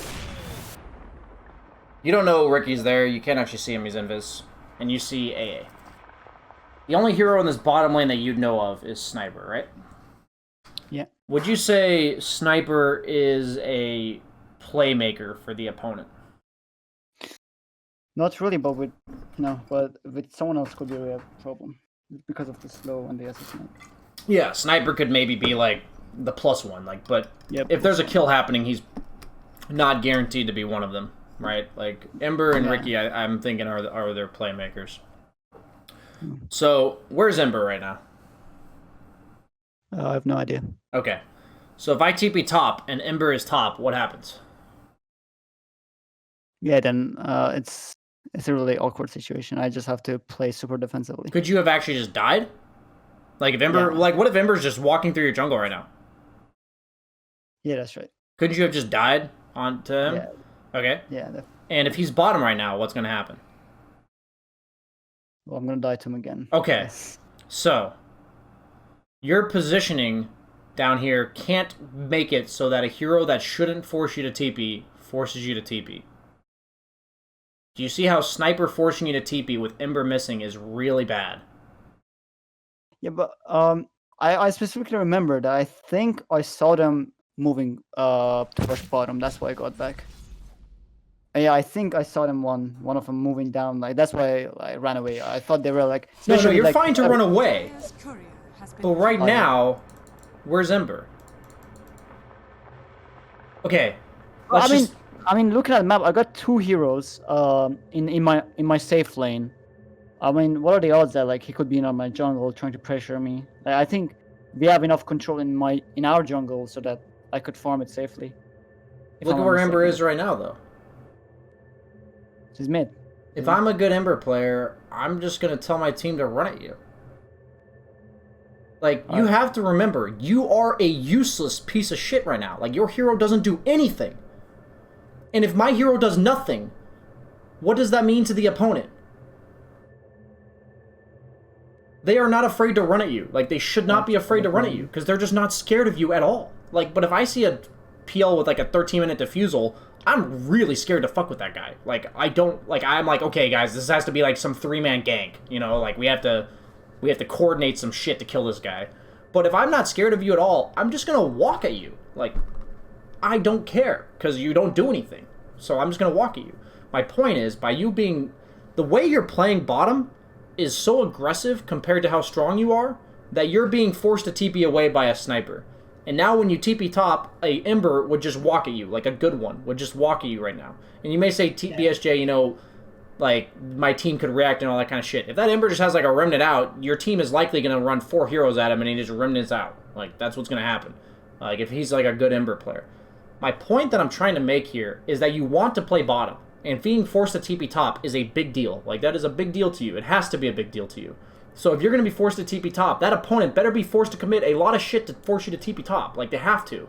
Because if they don't have to commit all that shit to force you, then they're going to follow you. Like, they're going to, like, have some hero that was already top that just walks at you. Like, that's what they're going to do. So my point being is, if you're playing aggressively enough to get bullied away by a 4 position, you're playing too aggressively. Like, that, in terms of where you're farming. So people may be like, BSJ, what do you mean he's playing too aggressively in terms of farming? I mean that maybe you're allowed to show in the lane here and back, but not up here. You know, you're not allowed to show over here. Like, you're only allowed to show here. And if you're allowed to show here, what type of farm are you probably getting? This is how I dictate farm. If I think I'm allowed to show this far up in the wave, what other farm am I getting? The big camp. Okay. And one wave.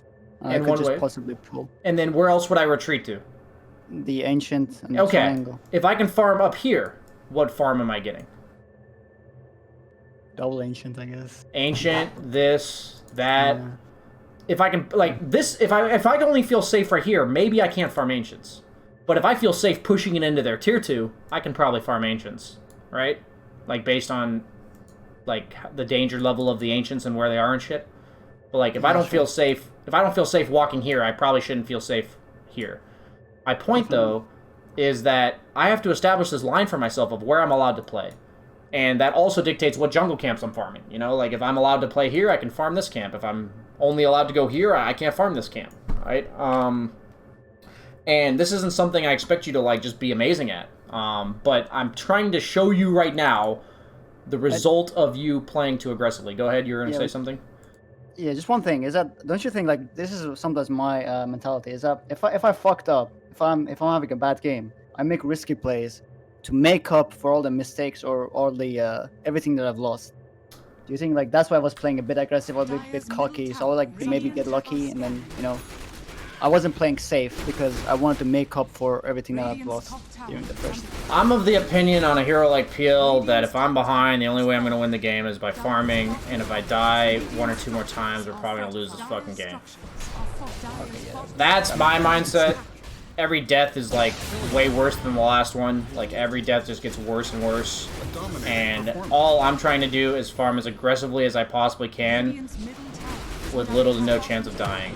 And there's going to be times where you can't avoid death, but you're definitely, like, way overplaying your hero. And that doesn't mean, like, okay, so this is an example where, like, great, they're all top, they're all showing, they're all fighting, great, take a tower. Like, this is great. But I want you to, like, be willing to take risks sometimes, but I also don't want you to be like, thanks for playing. I'm so far behind, I'm just gonna YOLO run at this sniper. Like, your hero's not capable of running at this sniper. Like, you're just not, so just don't, you know, like... Do you agree with that? Like, what? now, I was, like, farming so aggressively there. Do you think that was right?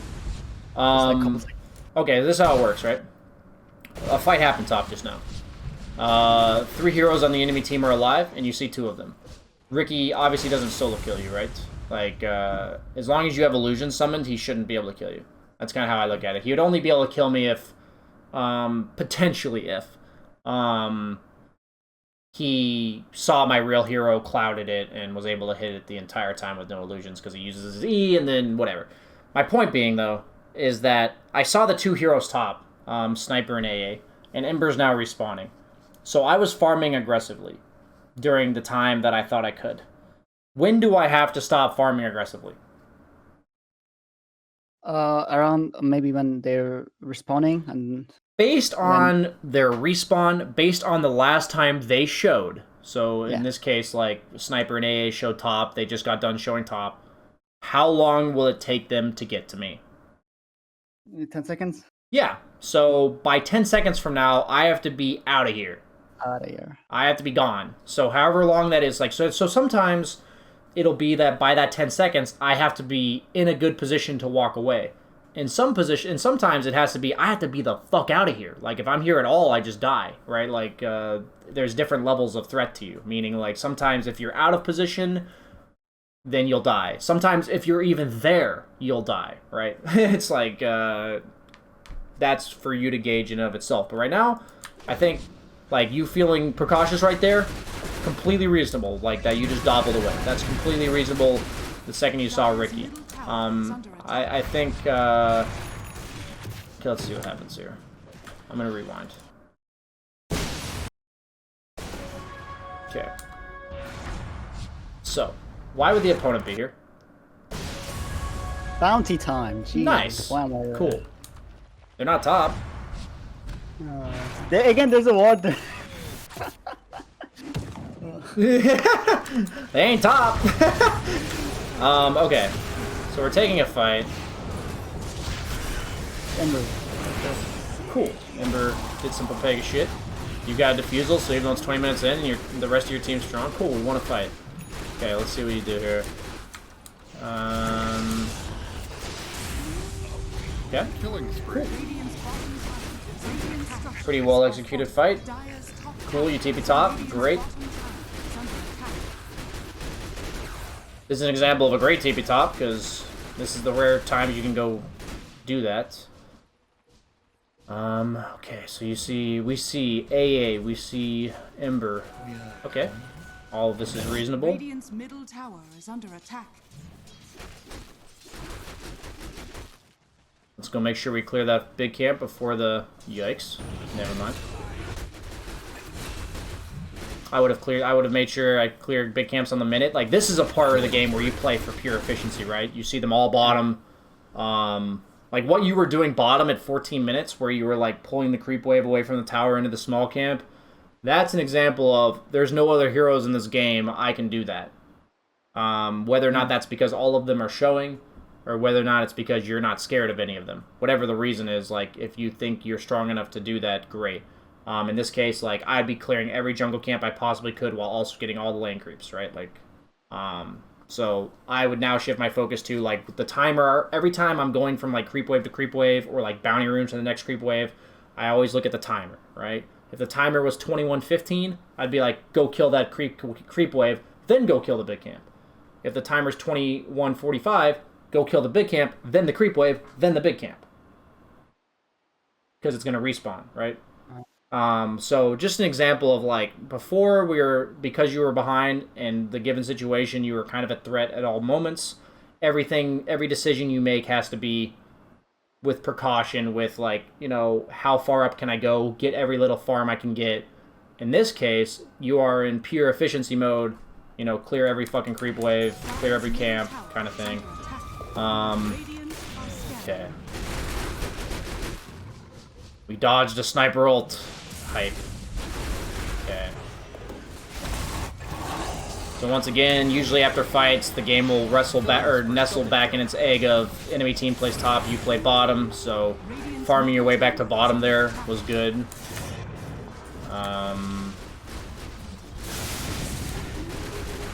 Radiant's middle tower is under attack.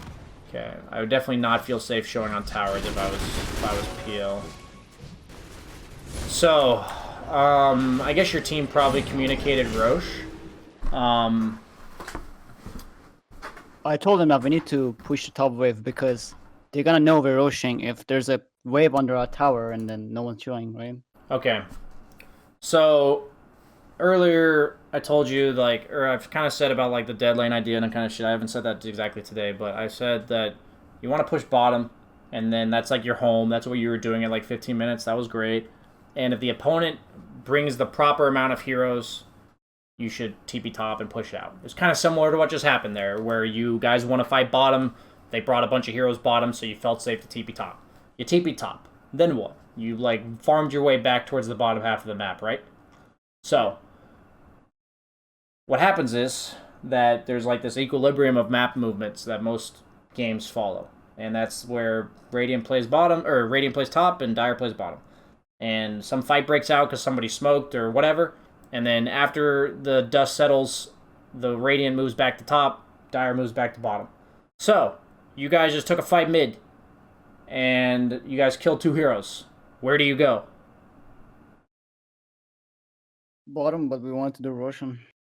Can you do bottom, or can you do Roche when top and bottom lane are shoved in? No, they're gonna... No, you can't do Roche. Like, you just can't. So it's like, okay, we want to do Roche. That's our next objective. This is like the guy I had that was 6.5k that said we needed to end the game, or that we needed to, like, invade the Morphling's farm. And it's like, dude, there's like 5 things in between now and that. You know, we need the right setup for this. So if I'm thinking to myself, my thought process here is like, you guys want Roche, right? Like, say that's your objective. I'd be like, okay, if bottom was at their tier 2 and top was like at the river, great, I'll go do Roche. Like, let's go hit Roche, you know? But with bottom lane where it is and top lane where it is, you just can't. You can't go hit Roche. So it's just, like, way too obvious. And it's it's obvious if you're not clearing waves, you're doing something. And if none of their towers are going to hit, what are you doing?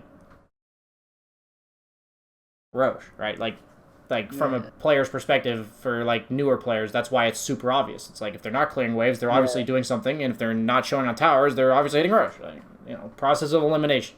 It's kind of like at the bounty runes where it's like, they weren't top, so they're probably bottom.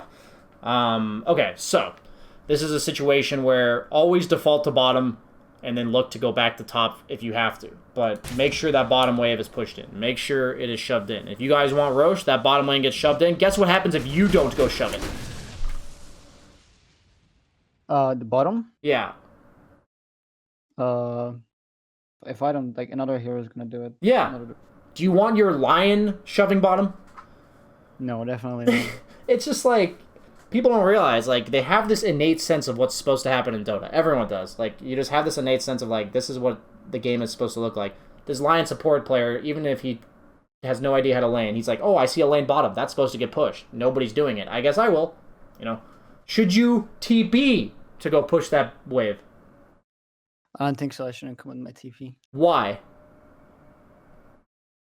Because if then there's a fight breaking out at Roshan, I can't TP back to the tower or the So why, outpost. in this case, should you not TP bottom? Because your objective that you are concerned about is where? Roshan. So if you pushed bottom in, would you be willing to TP top? Yes, I do. Why? Because in a case that fight breaks out or we want to get the objective, I can get there as fast as That's I can. where the fight is going to happen, right? So it's like, I don't mind TPing to the part of the map if I want to be there, right? Like, if that's the part of the map I want to be on. If the fight is going to be there also. But, like, in this case, when the fight ended mid, I'm going to walk bottom because I know the fight's going to happen top, if there is one. And I'm going to then TP top if I need to. But I'm not going to TP bottom. Garbage players, when people are, like, in our games and, like, will be like, God, like... And you'll say, like, well, guys, like, are we not contesting Roche? And the guy will be like, TP on cooldown. It's like, God damn it, you know? It's like, come on, dude. Like, yeah, like that. Then people think it's like, oh, I just used my TP, nothing you can do about it. It requires you to understand, like, what's kind of going on in the game right now. What you're doing in terms of order of events here, I think is perfectly fine if you guys just push bottom and top first. But this just feels a bit forced. Maybe it will work. I basically look at it as if it works now, it would have worked later. And this was like the 20% chance to just not work. You are playing way stronger than you are. That's really all there is to that one. Your hero should go in third. So when we talk about team fights, who would you imagine goes in first? Lycan. Okay. I mean, for us, it's Lycan. Yeah, and then who Slardar. goes second? Yeah, Slardar. Then you, right? On all the fights that have been successful so far, you kind of were just cleaning up. Because right now you do like a lot of damage, but you are very squish. So It's gonna be like the same till the end of the game. Like Yeah. I'm gonna Go ahead. yeah, I'm just gonna like be squishy and deal a ton of damage, but as soon as like if I overcommit, I'm gonna die in a second. Yeah, and that's a lot about how PL is. A lot of PL is kiting the edge of the fight and then committing at the right time. Like, that's all PL is. Bad PL players and bad PL mistakes, like when I make mistakes on PL, it's always when I go in too early. Like, it's just... the discipline and patience on PL is always a benefit to you because you're just sending diffusal blade illusions at people. Like, they're taking mana burn and damage. Like, if you just keep doing that and then eventually commit at the right time, like, they have no mana, right? So eventually patience will always pay off on PL. But obviously there again we see the same thing. So the problem is you went in a bit too early, which didn't actually cause you to die, but it caused you to take, you know, 70% of your health and damage, and then at that point you're kind of like not fighting anymore because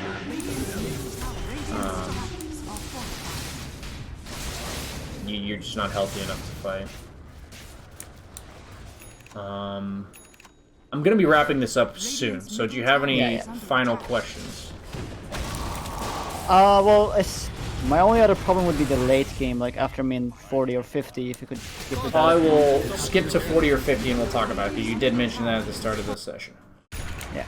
So, let's just get to the Definitely next... my item. What do you think my item? Like, I went butterfly. So I felt like I'm not gonna be frontlining here anyway. Why do I need more HP? It just went for more damage. And then they deal a shit ton of physical damage. I wanted to get some resistance from land. So in a game like this, where you're really far behind, what does like a bad fight look like for your hero? I get gone on or Okay, you get jumped. Does butterfly help? No, it doesn't. But What does yeah. help? Um, Name any item you can think of that helps. There's not only one option, so feel free to name any of them. Well, Satanic, I like that one on Lancer. Okay. Not BKB. I don't like BKB on Lancer, but maybe Sanjay Yasha as well. Okay. But I already have a Manta, so I'm not gonna get a Sanjay Yasha. Okay. Anything else? Yeah, that's it. I'd say Heart's decent. And the favorite one I always say that nobody ever fucking says is Shadowblade. So, Oh, Shadowblade. it's really hard to jump you if they can't see you. So, we're not talking about Shadowblade as some ganking item, right? So, let's name all these items. So, you have Satanic, you have Heart, you have Shadowblade, and you have, you mentioned S and Y, which obviously in this case is not applicable. So, I asked you what a bad fight looks like, right? And you gave me your answer. So this is how I come to my item conclusions. I said, what could go wrong for me in fights? Like, what's the issue? I get jumped. Okay. Once against the heroes I'm against, I said, I don't really want to go in first, so I just wanted damage. Didn't you literally just tell me that? Yeah, that's true. So I don't need to go in first, and I just want damage. But I also don't want to get jumped. So what item should you go here?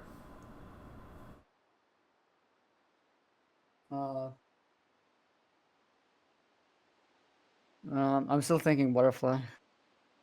Does Butterfly help you not get jumped? Oh, in that way. Well, yeah, it doesn't help me get jumped, but Which in is the what you audience, said is a bad fight for you. So what's Yeah, the it's a question bad here? fight. I asked you what your problem is, and you said I don't want to get jumped. So I need to buy an item that doesn't let me get jumped. Satanic, Well, Heart, I or think- Shadowblade, and I also need damage. What am I buying? a Shadowblade. Definitely. Okay, it's pretty straightforward, right? Like, you ask yourself, what could go wrong in a fight? I get jumped. Is there any item I can do to build around that? And it's like, in a game where they don't have AA, great, go Satanic. Like, if you think, like, okay, so why would Satanic... Okay, let's talk about this.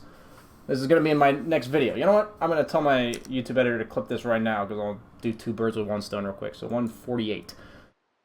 Satanic versus Heart. We can have this be a nice little interaction with my coachy student here. If I'm a hero like PL, it can be any hero in the game, honestly. What's the difference between Heart and Satanic to you, sir? Well, sometimes that like if I'm not able to kite the fights a lot, I mean if I've like they got backlines like A and Sniper that I'm like chasing a lot, I don't think I have enough time to heal up with Heart. I'd rather have a Satanic to just I can activate and then deal damage and heal up again. Okay. And on top of that, I get some damage and I get status resistance. Okay. But a Heart, it doesn't give me any damage. It doesn't even give magic resist anymore, and it just gives pure HP and Okay. strength. So, you've kind of answered the question for me, but I will go ahead and lay it out for everyone to make sure I give my official answer. So, with Satanic and Heart. Satanic and Heart, you're both going to get hit by a lot of damage, right? That's usually why you're going for them, right? Satanic says, I'm going to hit by, like, some amount of damage. A lot of it's going to be in stuns, you know, like, because the status resistance pays off. And after I get hit by that damage, what is my course of action? I'm going to go hit somebody and gain my HP back, right? With Heart, it says, I'm scared of a shit ton of damage hitting me all at once. And I need to survive that raw burst damage. And once that raw burst damage happens, I'm going to sit back for 7 seconds and heal all of it back and go back in, right? So there's games where I'm thinking Satanic or Heart, Satanic or Heart. And I'm like, well, am I going to get gone on, survive through the stuns, and man the fuck up? Or am I going to get, you know, a shit ton of burst damage, like lion and shit thrown at me, and then I have to disengage and re-engage? And if the answer is I have to disengage and re-engage, I'm going Heart. If the answer is I'm stuck there, I'm manning the fuck up, I go Satanic. It's that simple. Like, it really is that simple. So it's like, in this game, Heart doesn't sound great. Because you're not the hero getting initiated onto, right? Like, you're not the hero that's getting jumped. You already told, like, outside of this video, you said, hey, like, I'm not afraid of getting jumped or I'm afraid of getting jumped, but I'm also not going in first. So, like, if you're afraid of getting jumped and scared of that raw burst damage, you go Heart, right? Like, that's why. Like, you're standing in front line, hitting the tower and shit. It's like, if you're going high ground and your answer to sieging high ground is, I'm going to get nuked for 2,000 damage and I'm going to have to back off, Heart can work out really well there. But like I said, in team fights, if you're forced to man up, that's the satanic play. But if you, like in this game where you have this Lycan that's going to most likely go in first, you don't need either of those items because you're not afraid of getting initiated onto. It's like, but later on, you'd say, like, what about a satanic to, like, man mode and all that kind of stuff? They have a lot of disable, a lot of mobile heroes. When I say disable, I mean Cloud's really annoying. Monkey King AoE. Like, and when I say Kite, like, you can't reliably lock onto any of these heroes, like, other than the supports. And you're not going to pop Satanic to kill supports, right? That's not what you're doing. You're not like, hey, I'm going to use this Satanic to man up on this sniper. You know, it's like, no. You're not manning up on Ricky. You're not manning up on Ember. It's like, if you're manning up on Monkey King, it's like, outside of his ultimate, you win. Inside of his ultimate, you lose. So it's like, you don't need to buy an item that changes that. My point being, though, is for Satanic versus Heart, is really comes down to how is the damage being done to you and what are you doing in response once you've taken all that damage. So that's the conclusion of that. But so for you here, the reason why I'm emphasizing Shadowblade is because it's actually a really nice damage item. Let's talk about Butterfly in terms of cost. It's 5,500. Is that right? Butterfly. Fucking 5,300. Shadowblade, 2,800. We'll talk about Silver Edge. About the same cost as Butterfly. Butterfly gives you 60 attack speed and 55 damage. Okay? 60 attack speed, 55 damage. Silver Edge gives you 60 damage and 45 attack speed. So, in order to not get jumped because you're invisible, you are sacking 15 attack speed. And you're gaining 300 health. So, unless this evasion is like some game changer for you, which I don't really think it is, you may argue like, yeah, they have 3 right clickers. I don't think that's how you're dying. Like, you're not dying to them right clicking you. You're dying because of these random AoE nukes that are hitting you and your shrapnel and like the Ember Flame Guards and the Monkey King Boundless, and you're just gonna get AA ulti. Like, that's how you're gonna die. Like, you're not taking right click. Like, you can watch these fight back. Very few right clicks are actually dealing damage to you. So, in that case, Butterfly, like, the only reason I would go Butterfly over Silver Edge is if, like, the evasion's a big deal to me, right? Like, that's why I would go Butterfly. And there are plenty of games where evasion's, like, an absolutely huge deal.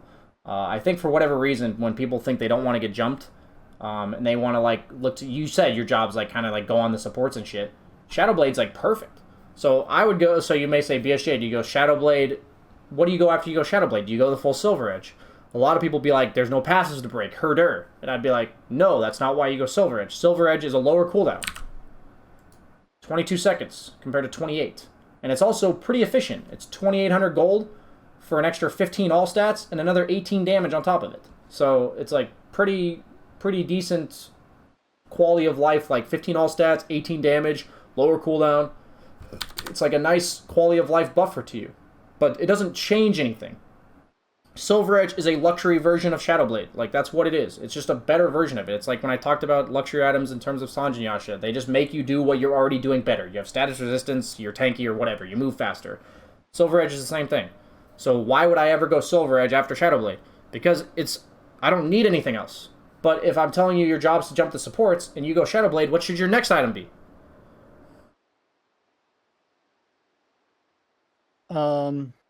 Well, I think I'm lacking a lot of HP here. So okay. So, well, we want some HP, but if we're going in Shadowbladed, don't we also want to be like a massive threat to the people we're going on? Yeah, they both have ghosts. So what's an item that gives me some HP and threatens them? Abyssal Blade? Yeah! Crazy! But but I went Nullifier here because of the ghost. Yeah, the thing for me is, like, Nullifier is okay. I personally would just get Abyssal because you can kill AA and Sniper in a single Abyssal. And, like, I don't know. It's tough. Like, I actually went Nullifier on PL recently against the Sniper, but, you know what? If you want to go Shadowblade Nullifier, fuck it. You know what? Go ahead. I'm actually not even going to flame that. Like, you want to do that because you think your job is to kill supports and you see 2 Ghost Scepters and a Force Staff? Hey, man, Like, I'm actually down for that. You know what? You want to go fucking Nullifier? Cool. If you want to go Butterfly Nullifier, that's a bit strange to me. You know, like, I want that sniper to be scared shitless if you're not showing on the map. I want you to be the Ricky to the opponent team, right? Like, why are they not afraid of some random invis guy fucking sniping the shit out of them? Okay. So you talked about farming late game. I'm just gonna, I do have to wrap this up. Did a little bit of a side tidbit there. I just have another guy. Okay, so you guys try to go high ground into sniper. You guys got to land a racks. Could have been worse. So at this stage in the game, I think is where you're talking about farming. So let's see what I'm thinking here. The later the game goes, the harder it is to show in lanes, right? Because people become scarier and scarier to killing you. And this is exactly what I was gonna say. So, first and foremost, this Mindbreaker, just fucking get rid of it, dude. Illusionist Cape is like way too good. Second off, if the dead lane concept tells me that we're gonna push 2 lanes, what's the lane that really decides who's ahead? Because both teams are trying to push it.